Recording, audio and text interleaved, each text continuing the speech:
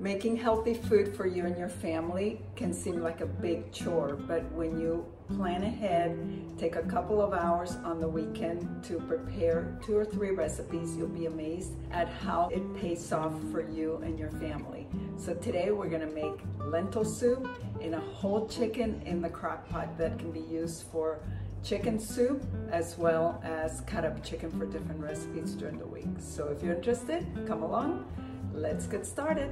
In order to make things go a little faster, it's important to assess your 2 recipes first and decide what you're gonna need.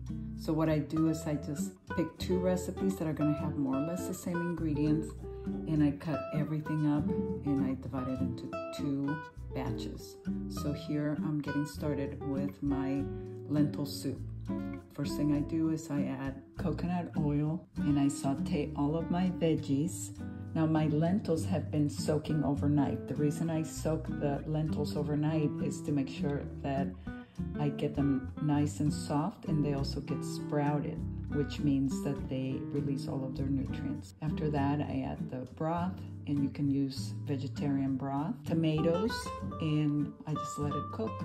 I simmer for about 30 minutes, and then I leave all of my veggies that need to be cooked at the last minute so they don't get mushy, like zucchini, my herbs, and my kale. I put all that together so that it's nice and bright green and beautiful by the time I'm ready to serve the soup. Now let's get started on the chicken. You always want to wash your chicken thoroughly. You just, have to rinse it, and as you notice, I have the Instant Pot. I have the Instant Pot basin in the sink, and I put everything together. Right here, you just go through the recipe. You're gonna put all the herbs in there, the bay leaf, the whole garlic cloves. It doesn't matter that they have the skins on them. And then I set my Instant Pot to 1.5 hours. Make sure that that vent is closed. After an hour and a half, look how rich this broth looks, and the chicken is falling apart. And that is so good because when that broth cools, you will see all that collagen, the protein. It will gelatinize, it will become gelatin. That means that that gelatin is going to be so good for your joints and your bones. So I drain all of the leftovers, let the chicken cool off and start picking it off the bone, and I store my broth in jugs.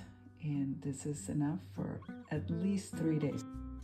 This cooking session is in the books. I have a big pot of lentil soup that I can add chicken to, or I can eat it plain the way it is. It's delicious. I have bone broth as well as chicken to use for different recipes throughout the week. I can just add it to salads, and I can eat it with rice or vegetables, and it's going to keep me without having to go in the kitchen for another 3 days or so.